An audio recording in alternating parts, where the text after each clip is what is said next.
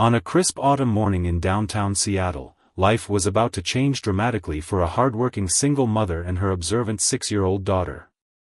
The bustling coffee shop where they stood in line was their weekly Saturday morning ritual, a small luxury they allowed themselves despite their tight budget. The little girl, with her bright brown eyes and untamed curls, bounced excitedly beside her mother, chattering about her upcoming school play. Her mother, exhausted from working double shifts at the local hospital, managed to smile through her fatigue. Her weathered hands clutched her worn purse, carefully counting out the coins for their modest breakfast. Behind them in line stood a distinguished-looking gentleman in his 60s, dressed in an perfectly tailored suit that spoke of wealth without flaunting it. He couldn't help but smile at the child's infectious enthusiasm. As he adjusted his tie, a ray of sunlight caught the distinctive ring on his finger, an unusual vintage piece featuring an intricate pattern of intertwined golden leaves surrounding a rare blue diamond. The little girl's eyes widened as she spotted the ring. Without any hesitation, she tugged at the gentleman's sleeve and exclaimed, "Hey, mister. My mommy has the same ring in her special box. The one from my grandpa." Her mother's face paled instantly. "Sweetie, that's not possible," she whispered, mortified by her daughter's outburst.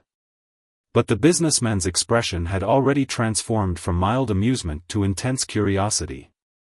"I'm sorry, sir," the mother apologized, gently pulling her daughter back. "She has quite an imagination."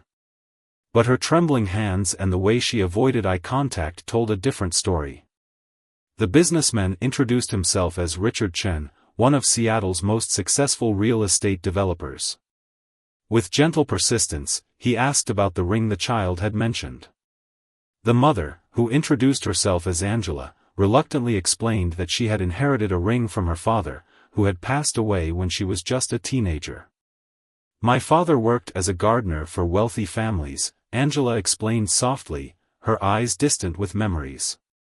"He always said the ring was a gift from someone he had helped, but he never shared the full story. After he passed, it became my most treasured possession, though I've never worn it. It stays in my grandmother's jewelry box." Richard's voice grew quiet as he asked, "Would you mind showing me this ring? I have a car waiting outside. I could drive you both home, if you're comfortable with that." Angela hesitated, years of caution as a single mother making her wary. But something in Richard's eyes, a mixture of hope and desperation, made her consider his request. Her daughter, oblivious to the tension, was already telling Richard about their apartment and her pet goldfish. Perhaps you could come by this afternoon?" Angela suggested carefully. "I work at Memorial Hospital. My shift ends at 4. Richard nodded eagerly, pulling out his business card. "I'll have my assistant arrange everything. Please, this could be very important." As they parted ways, both adults felt the weight of something momentous approaching. Angela's mind raced through memories of her father, trying to piece together fragments of stories he had told her. The little girl skipped ahead, proud of herself for making a new friend, unaware that her innocent observation was about to unravel a decades-old story of sacrifice, love, and redemption. Back in his office, Richard sat staring at an old photograph on his desk. It showed a younger version of himself standing beside a smiling Asian man in gardening clothes. The same ring glinted on both their fingers, a pair he had specially commissioned 30 years ago. He had given one to his most trusted friend and employee, a man who had saved his life during a garden accident and then disappeared without a trace years later. As the afternoon approached, both Angela and Richard felt their hearts racing with anticipation. Neither could have predicted how this chance encounter would bring to light a story of friendship that transcended social classes, a tale of misunderstandings and missed connections, and most importantly, a legacy of kindness that was about to come full circle. Little did they know, the ring was just the beginning of a story that would change not just their lives, but the lives of everyone around them. As the autumn sun began its descent over Seattle's skyline, the stage was set for a reunion that would prove that sometimes the most precious connections in life come from the most unexpected moments, spoken through the innocent words of a child. In the quiet of her hospital break room, Angela pulled out her phone and called her grandmother, her hands shaking as she dialed. "Nana, remember that story about Dad and the rich family he worked for? I think I just met someone who might know what really happened." The story was about to unfold, piece by piece, like a puzzle that had been waiting years to be solved. And at its center was a little girl who, with a single observation, had bridged a gap that had existed for far too long. The afternoon sun cast long shadows across Angela's small apartment as she rushed to tidy up. Her daughter was still buzzing with excitement about their morning encounter, happily arranging her stuffed animals on the worn but clean sofa. The grandmother's jewelry box sat on the kitchen table, its dark wood surface showing years of careful handling. "Nana said she's coming over too," Angela told her daughter, trying to keep her voice steady. The phone call with her grandmother had been emotional. The elderly woman had fallen silent for a long moment before saying, "There are things about your father you need to know, things I've kept quiet for too long." At precisely 4:30 p.m., a sleek black car pulled up outside their modest apartment complex. Richard Chen stepped out, now dressed more casually in a sweater and slacks, holding a large manila envelope. To Angela's surprise, he wasn't alone. An elderly woman emerged from the car as well, her silver hair elegant against her blue cashmere shawl. "This is my wife, Helen," Richard introduced as they reached Angela's door. "When I told her about our encounter this morning, she insisted on coming." Helen's eyes were kind but intense as she studied Angela's face, her hand clutching her husband's arm. Before anyone could speak further, rapid footsteps echoed up the stairwell. Angela's grandmother appeared, slightly out of breath, clutching her own weathered photo album. The moment she saw Richard, she gasped, pressing a hand to her chest.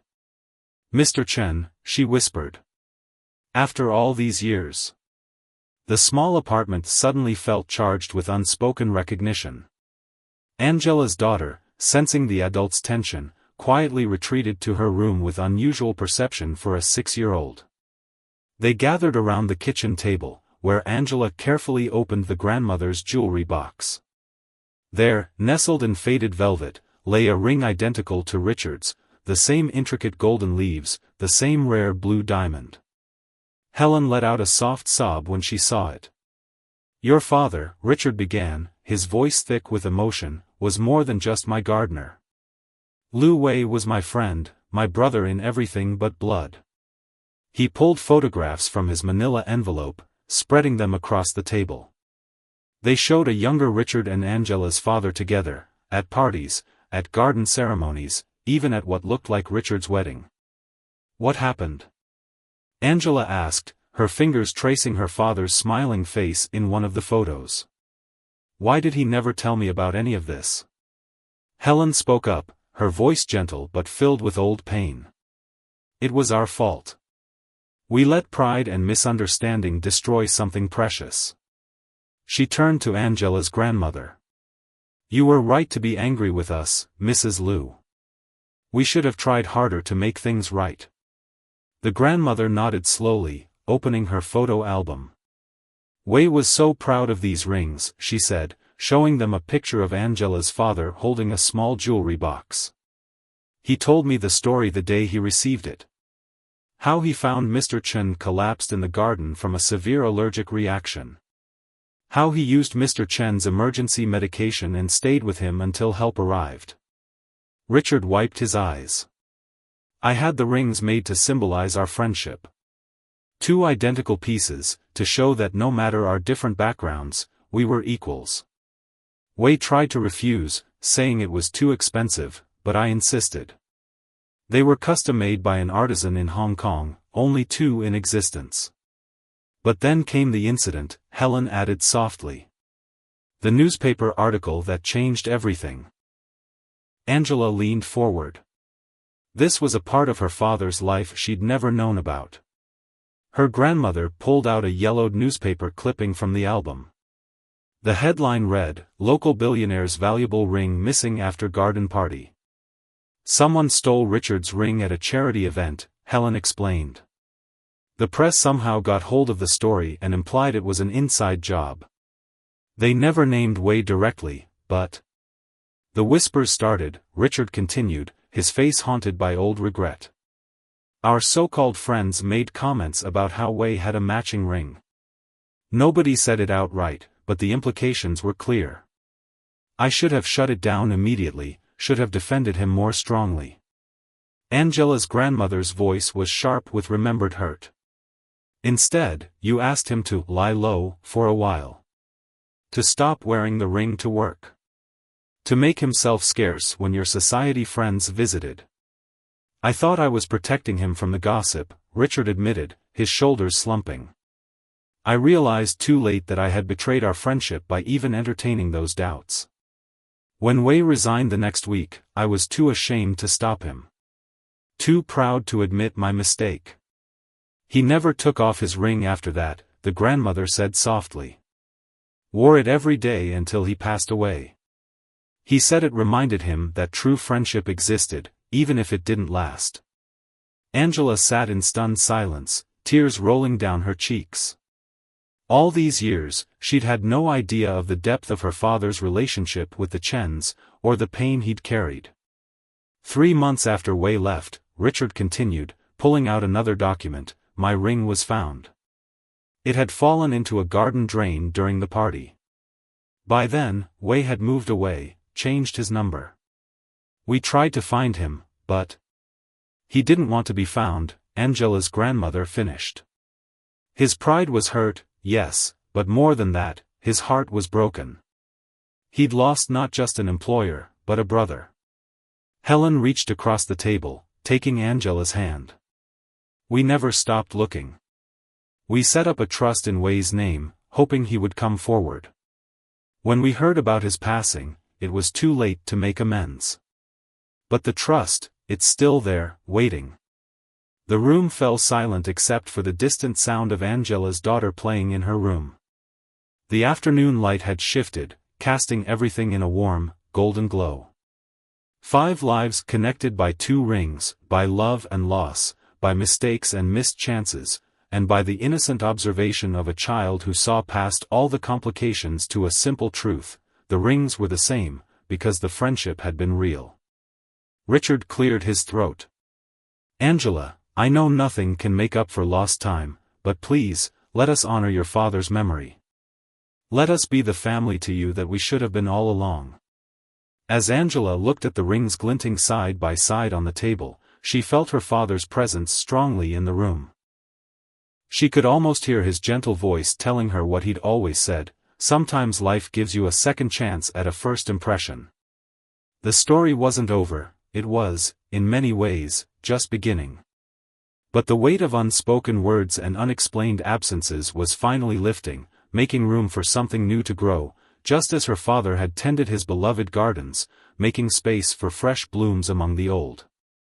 The following days passed in a whirlwind of emotions and discoveries. Angela found herself sitting in Richard Chen's executive office, surrounded by floor-to-ceiling windows overlooking the Seattle skyline.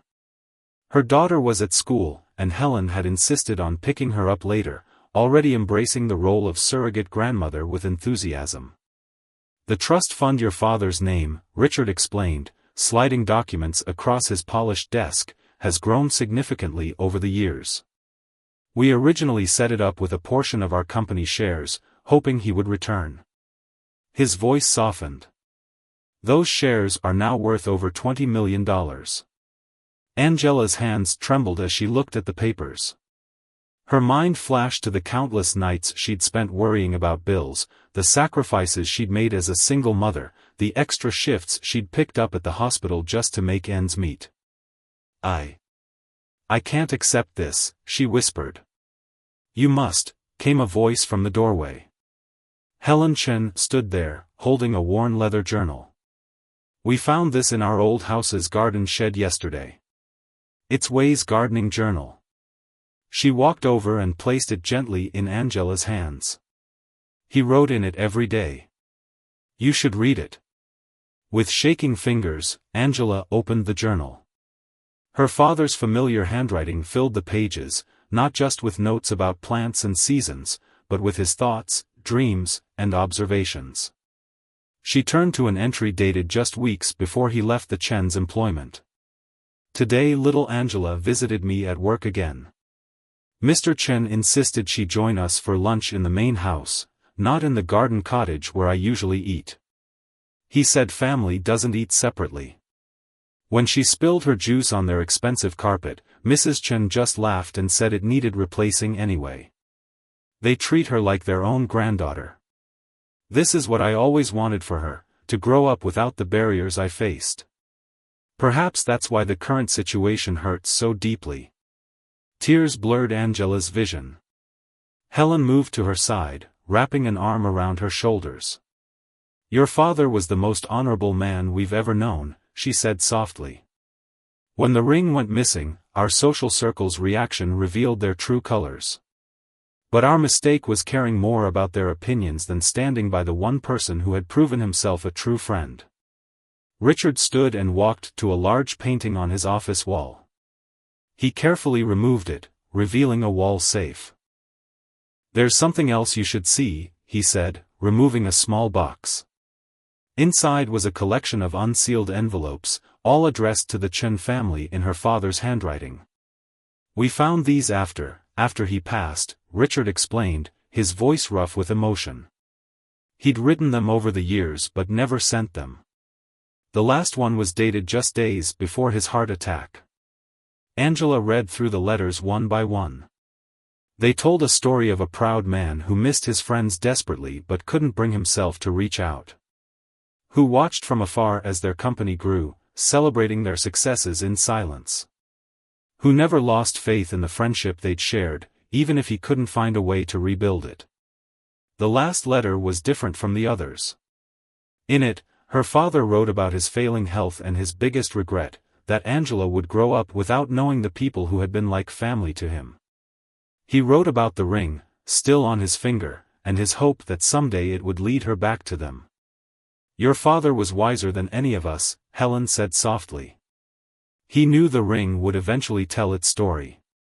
He just didn't know it would take his granddaughter's innocent words to make it happen. As if on cue, Richard's phone buzzed with a text. Speaking of which, he smiled, showing Angela the screen. Your daughter just informed Helen that she expects chocolate chip cookies when she picks her up from school.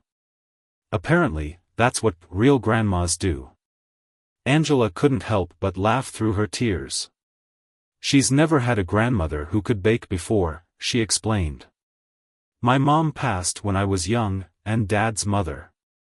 She gestured to the journals. She's been more focused on preserving his memories. Well, Helen said, her eyes twinkling, I've been told my cookies are quite good. Though I suspect your daughter will be the ultimate judge of that. Richard cleared his throat. Angela, about the trust fund. I understand your hesitation. But this isn't charity. This is Wei's legacy, the shares he would have owned had he stayed with the company.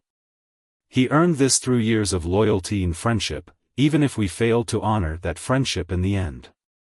He pulled out another document. We'd like to offer you a position in our company as well. We've read about your work at the hospital, your dedication to patient care and your innovative suggestions for improving hospital procedures. Our healthcare division could benefit from someone with your experience and compassion. Angela stared at him, overwhelmed. I need time to think about all this. Of course, Helen nodded. Take all the time you need. But please, let us be part of your lives now. Let us try to be the family Wei always knew we could be. Just then, Helen's phone chimed. She laughed as she read the message. Your daughter just sent me her cookie recipe preferences. Very specific instructions, no raisins, extra chocolate chips, and they must be soft in the middle like clouds. Angela smiled, remembering how her father used to say that life had a way of coming full circle. Here she was, sitting in an office she'd never dreamed of entering, holding letters her father had never sent, being offered opportunities she'd never imagined possible. And it had all started because of a little girl's comment about a ring. As the afternoon sun painted Seattle skyscrapers in shades of gold, Angela realized that while she couldn't change the past, she could honor her father's memory by embracing the future he'd always wanted for her. A future where old wounds could heal, where friendship transcended social boundaries, and where a simple ring could bridge the gap between what was lost and what could still be found. "I'd like to see those cookies in action," she said finally, making Helen beam with delight. "And maybe we could all have dinner together this weekend? Dad's journal mentioned something about your famous dumplings, Mrs. Chen." "Helen," the older woman corrected gently. "Call me Helen." And yes, Wei always said my dumplings reminded him of his mother's recipe. "I'd love to make them for you both." As they made plans for the weekend, Angela felt a weight lifting from her shoulders, the weight of a story half told, of connections almost lost, of a legacy waiting to be claimed. Her father's ring had finally fulfilled its purpose, not as a symbol of what was lost, but as a key to what could still be found. The weekend dinner at the Chen's mansion turned out to be just the beginning of a beautiful but complex journey of healing and reconnection. As Angela's daughter stood in the grand kitchen, perched on a step stool beside Helen, learning the art of dumpling making, Angela found herself in Richard's home office, surrounded by old photo albums she'd never seen before. "Your father documented everything in the garden," Richard explained, pointing to a series of photographs showing the transformation of their estate's grounds. "He believed every plant had a story to tell." He paused at a particular photo showing a young Angela, no more than 3 years old, helping her father plant a cherry blossom tree. "I remember that day," Angela said softly, touching the photograph. "The tree, is it still here?" Richard's eyes lit up. "Come with me." They walked through the manicured grounds until they reached a magnificent cherry blossom tree, its branches spreading wide and strong. Beneath it stood a small stone bench with a plaque that read, "Wei's Corner, where friendship blooms eternal." "We installed this bench after we heard about his passing," Richard explained, his voice thick with emotion. "We'd always hoped he would return one day, sit here, and tell us we were forgiven." From the kitchen window, they could hear laughter as Helen taught Angela's daughter how to properly seal a dumpling. The little girl's voice carried across the garden, "Grandma Helen, you're doing it wrong. The video says you need to make exactly 12 folds." Angela couldn't help but smile. In just a few days, her daughter had fully embraced Helen as her grandmother, with all the brutal honesty that came with it. The child's ability to accept love without questioning its source was both beautiful and humbling. Back inside, Angela found Helen and her daughter covered in flour, a plate of slightly misshapen but lovingly made dumplings sitting between them. "Look, Mommy," her daughter exclaimed. "Grandma Helen says I'm a natural, just like Grandpa Wei was." Later that evening, as they sat around the dining table, Angela noticed how Richard kept glancing at an empty chair, as if expecting someone to fill it. Helen caught her looking and explained, "That was Wei's place. Every Sunday, he would join us for dinner, no matter how busy we all were. It wasn't about him being our employee, it was about family." "Tell me more about those dinners," Angela requested, her heart aching for these memories she'd never known. Helen's eyes misted over as she shared stories of Sunday evenings filled with laughter, of Wei teaching them about Chinese traditions, of how he would always bring a small treat for the kitchen staff to make sure they didn't feel left out. "Your father," she said, "had a way of making everyone feel special." As the evening progressed, Richard brought out a dusty box from his study. "We found this when we were cleaning out the old garden shed," he said, placing it carefully on the table. Inside were dozens of seed packets, each labeled in Wei's neat handwriting with planting instructions and personal notes. "Look at this one," Richard said, holding up a packet. The note read, "Sweet peas, plant these when you're ready to forgive yourself. They bloom even after the harshest winter." Angela's daughter, who had been quietly coloring nearby, looked up. "Can we plant them now? I want to see if they really bloom." The adults exchanged glances, the symbolism not lost on any of them. "You know what? Helen said, wiping her eyes. That's a wonderful idea. We can start a new garden together. The next morning, Angela found herself standing in the Human Resources Department of Chen Enterprises, finalizing her employment details. The position they'd created for her would allow her to bridge her hospital experience with the company's healthcare initiatives. But more than that, it would give her a chance to continue her father's legacy of making a difference in people's lives. Your father once told me, Richard said as he showed her to her new office, that true wealth isn't about money, it's about having the power to help others grow. He meant it literally, with his gardens, but I've come to understand it was his philosophy about life too. Angela's daughter had taken to spending her after-school hours in Helen's kitchen, learning not just about cooking, but about her grandfather through Helen's stories. Your grandpa way, Helen would tell her, could make any plant grow. But his real gift was making people grow too. One evening, as Angela was preparing to leave her new office, she found a small package on her desk. Inside was a delicate silver bracelet with a cherry blossom charm. The note read, "To remind you that you're exactly where you're meant to be. Love, Helen." As she drove home that night, her daughter chattering happily about the cookie recipe she and Grandma Helen had perfected, Angela felt her father's presence stronger than ever. The ring on her finger, now worn proudly instead of kept in a box, caught the light of the setting sun. "Mom," her daughter said suddenly, "do you think Grandpa Wei knew this would happen? That his ring would help us find our new family?"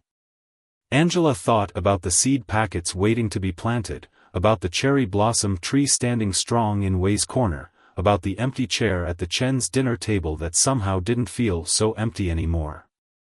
"You know what, sweetheart? I think he did. Your grandpa always said that everything in life, like everything in a garden, happens in its own perfect time. We just have to be patient enough to wait for it to bloom." That night, Angela added her own entry to her father's gardening journal. "Dear Dad, today I understood what you meant about gardens being a reflection of life. Some things take time to grow, some relationships need careful tending, and sometimes the most beautiful blooms come after the longest winters. Your ring didn't just lead us to the Chens, it led us home. And now, watching your granddaughter plant sweet peas in the same soil you once tended, I realize that your legacy isn't just in the gardens you created, but in the love you planted in all of us. We're finally blooming, Dad. Just like you always knew we would." As autumn turned to winter in Seattle, the changes in Angela's life began to settle into a new normal. The small apartment they'd called home for years now sat empty, their belongings moved to a comfortable house closer to the Chens, a housewarming gift they'd finally accepted after much insistence from Helen and Richard. But the transition wasn't without its challenges. One morning, Angela found her daughter sitting quietly in their new backyard, holding her old stuffed rabbit that had seen better days. "What's wrong, sweetie?" she asked, sitting beside her on the garden bench. "I miss our old home sometimes," the little girl admitted. "Remember how we could hear Mrs. Rodriguez singing through the walls? And how the ice cream truck always came at exactly 4 o'clock. Angela pulled her daughter close, understanding that even positive changes could feel overwhelming to a child. "You know what? I miss those things too. Change isn't always easy, even when it's good change." That evening, during their now regular family dinner at the Chens, Angela shared her daughter's feelings. To her surprise, Helen's eyes lit up with an idea. "Why don't we invite your old neighbors for a holiday gathering? Wei always said a garden grows better when it brings different people together." The suggestion led to an extraordinary scene 2 weeks later. The Chen's elegant dining room was filled with an unlikely mix of guests, Mrs. Rodriguez from their old apartment building, singing Christmas carols in Spanish with Helen, the ice cream truck driver who'd known Angela's daughter since she was a toddler, sharing stories with Richard about his own journey as an immigrant, and several nurses from the hospital, amazed to be sitting in a mansion but quickly made comfortable by their host's genuine warmth. "Your father would have loved this," Angela's grandmother remarked, watching the scene with tears in her eyes. He always said true wealth was measured by the diversity of people at your table. The gathering helped Angela's daughter understand that they hadn't lost their old community, they'd simply expanded it. The following week, she insisted on delivering homemade cookies, baked under Helen's supervision, to their old apartment building.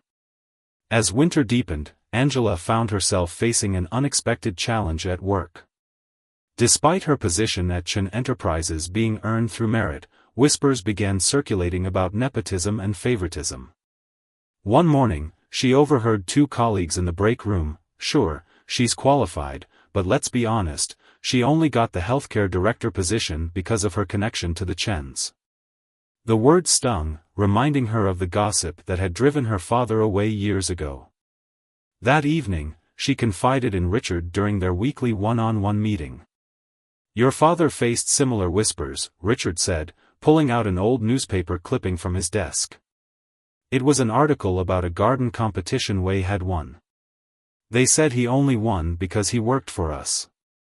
Know what he did? He entered the next competition anonymously, and won again." Sometimes, the best response to doubt is silent excellence.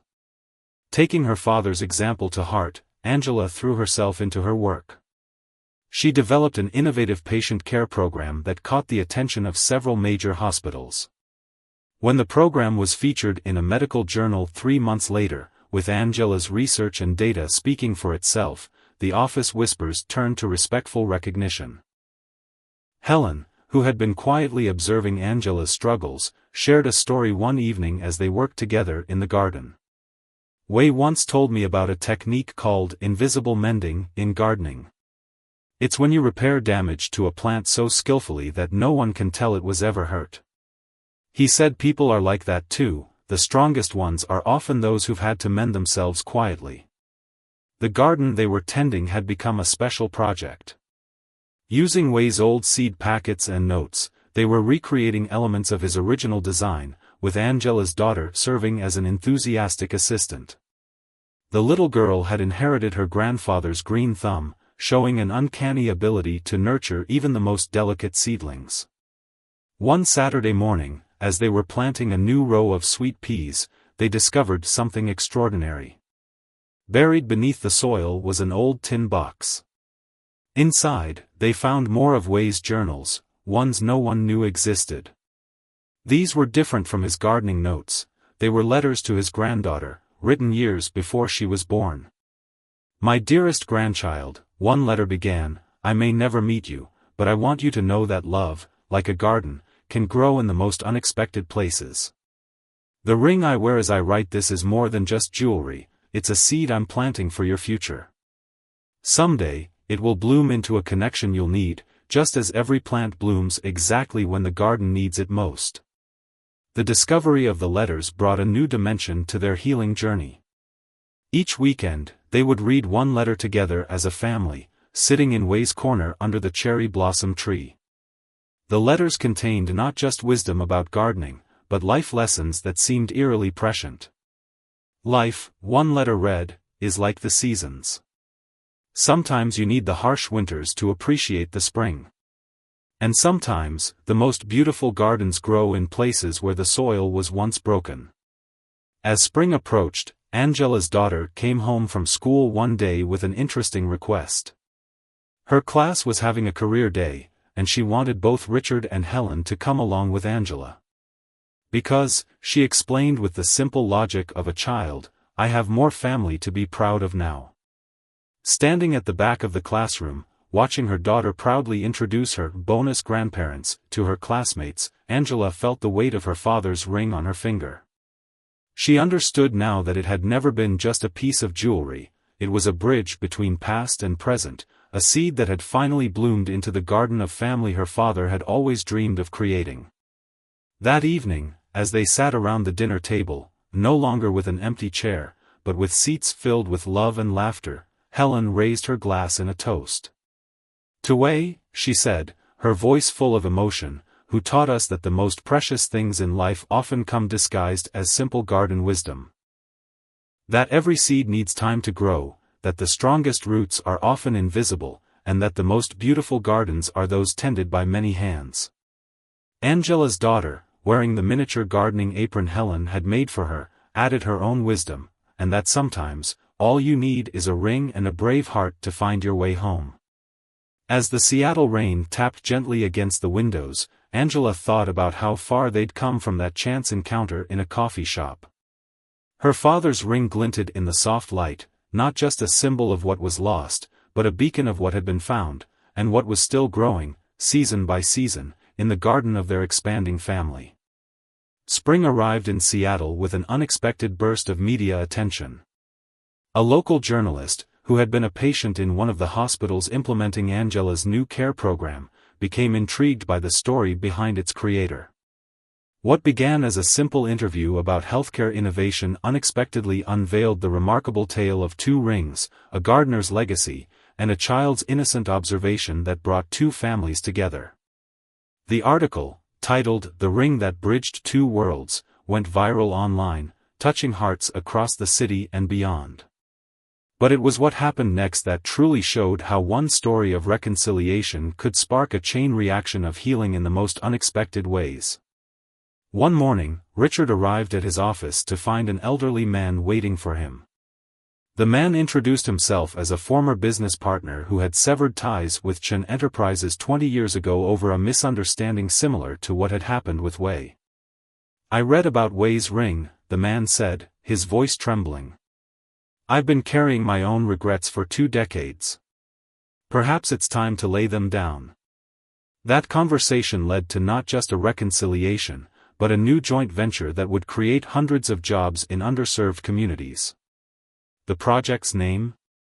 Full Circle Gardens, a network of community gardens and education centers designed to bring people together across social and economic divides.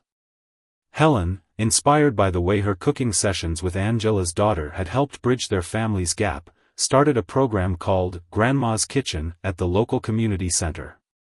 Every weekend, elderly residents taught cooking classes to children from different backgrounds, sharing not just recipes but stories and wisdom across generations. "You see," Helen explained to a local TV crew that came to cover the program, "food and gardens have something in common. They both have the power to bring people together, to help us forget our differences and remember our shared humanity."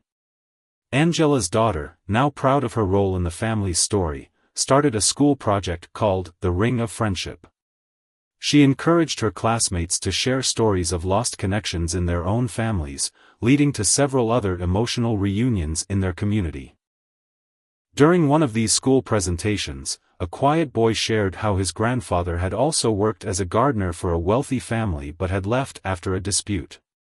The similarities to Wei's story were striking.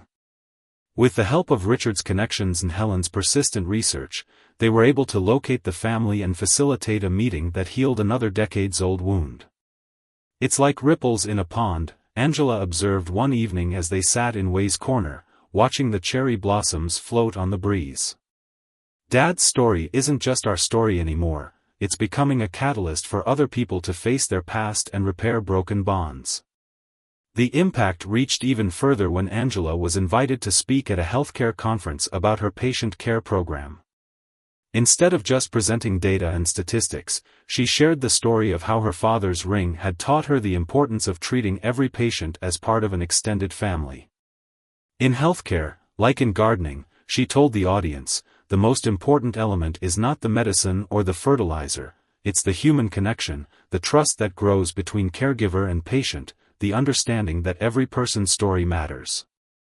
Her speech inspired several hospital administrators to revise their approaches to patient care, incorporating more elements of personal connection and family involvement. One hospital even started a healing garden program, hiring former gardeners to work with patients in therapeutic outdoor spaces. Back at Chen Enterprises, Richard implemented what he called the Wei Protocol, a company-wide initiative that emphasized the importance of addressing conflicts and misunderstandings immediately, before they could grow into lasting rifts. Every new employee received a small potted plant with a card sharing Wei's story and his wisdom about nurturing both gardens and relationships. One day, as Angela was leaving work, she noticed her assistant crying at her desk. The young woman explained that she'd had a falling out with her parents over her career choices and hadn't spoken to them in years. Inspired by Way's story, she decided to reach out to them that evening. Sometimes, Angela told her, touching her father's ring, we hold on to pride or hurt because we think it protects us. But Dad used to say that a garden can't grow if you're afraid to break the soil. Maybe it's time to plant new seeds in your family's garden. The assistant's reconciliation with her parents became another story added to the growing collection of healing tales inspired by Way's ring. Helen started documenting these stories in a leather-bound book she kept in the garden shed, writing down each new instance of connection and reconciliation that sprouted from their family's story. Angela's daughter, watching all of this unfold, developed her own philosophy about it. During a family dinner, she announced, "You know what? Grandpa Way's ring is like a magic seed that keeps growing new gardens of love everywhere it goes." The profoundness of her observation made everyone at the table pause. Richard, who had been contemplating retirement, was particularly moved. The next day, he announced a new initiative, the Way Lu Fellowship, a program that would provide education and mentorship to children of service workers, helping them bridge the same social gaps that Way had worked so hard to cross. "Your father's legacy," he told Angela as they reviewed the fellowship details, "isn't just in the gardens he planted or even in the ring he wore. It's in showing us that the greatest wealth lies in our capacity to forgive, to reconnect, and to grow together." As spring bloomed fully in Seattle, the sweet peas they had planted months ago finally flowered, their delicate blooms filling the air with fragrance. Angela's daughter insisted on making small bouquets to give to everyone who visited their home, along with a printed card telling Way's story. Because, she explained with the simple wisdom of children, Grandpa Way's love is like these flowers, the more we share it, the more it grows. The ring on Angela's finger had become more than just a family heirloom or a symbol of reconciliation. It had become a beacon of hope, a reminder that even the deepest wounds could heal, and that sometimes the most powerful changes start with the smallest observations, like a little girl noticing a ring in a coffee shop and speaking up about it. 1 year had passed since that fateful morning in the coffee shop. The Seattle summer was in full bloom, and the Chin Estates gardens were alive with activity. People from all walks of life gathered for the inaugural Way Lu Garden Festival, an event that had grown from a simple memorial idea into a citywide celebration of connection and renewal. Under the cherry blossom tree in Way's corner, Angela stood beside her daughter, both wearing matching gardening aprons decorated with hand-embroidered sweet peas, a gift from Helen.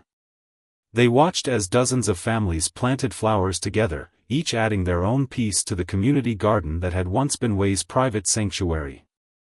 "Mom," her daughter said, pointing to a group of children learning about composting from a master gardener, "that's just like how Grandpa Way taught Mr. Chen about gardens, right? One person teaching another, and then they teach someone else."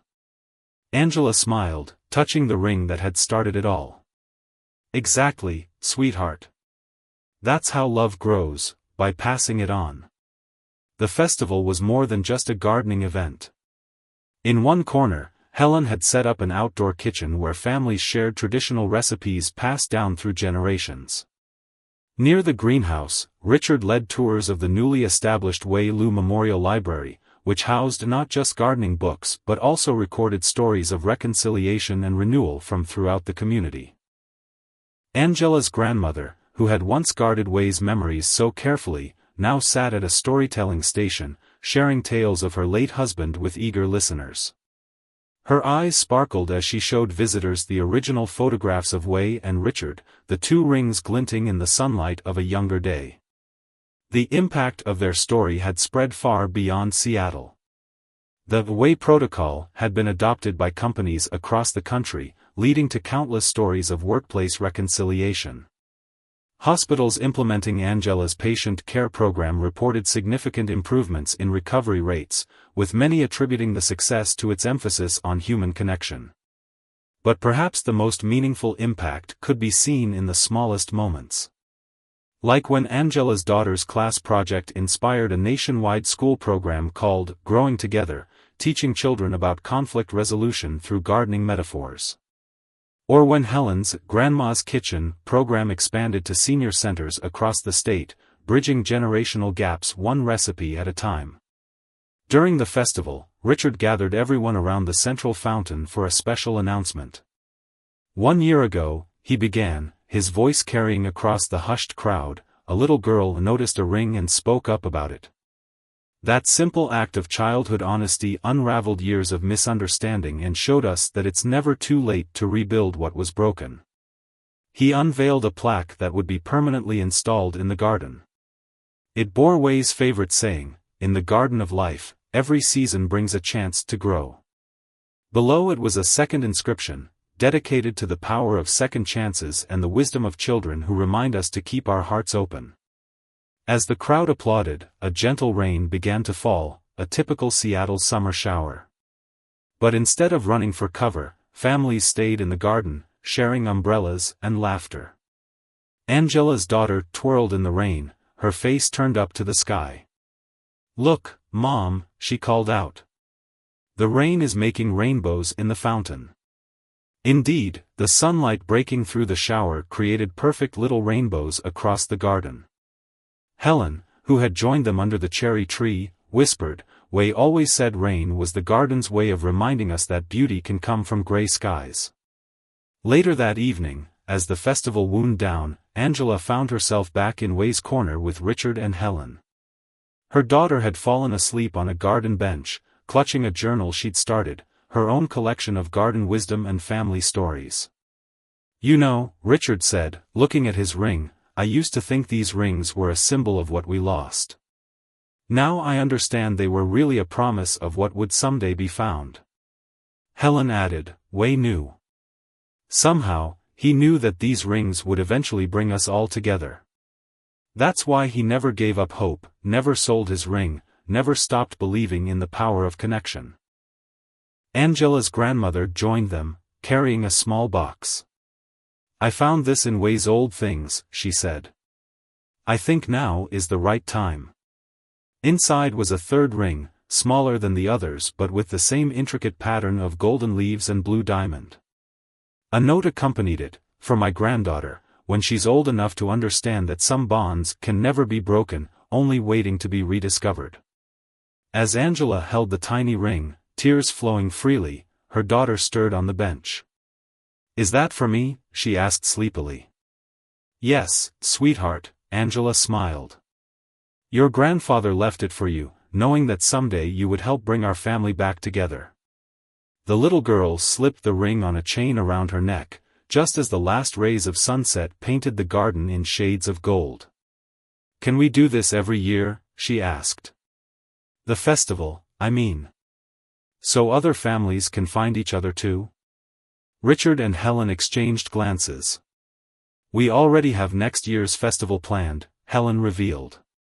5 other cities want to host their own Wei-Lu garden festivals. Your grandfather's legacy keeps growing, just like his gardens. As night fell over Seattle, the garden twinkled with thousands of tiny solar lights, another of Way's innovations that Richard had maintained. They lit up the paths like earthbound stars, guiding people home.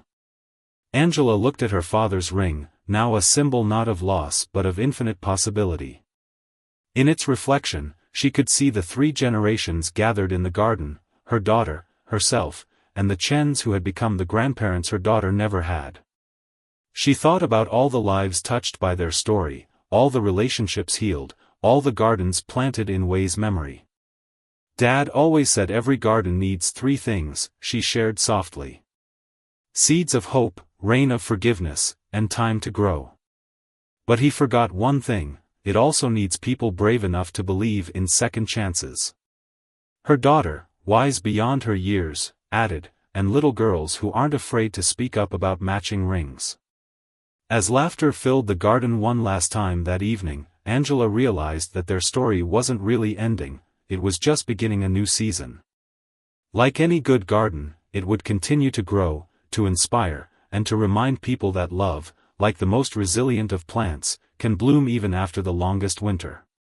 The 3 rings, one worn by Richard, one by Angela, and one on a chain around her daughter's neck, caught the last light of day, their blue diamonds twinkling like pieces of sky.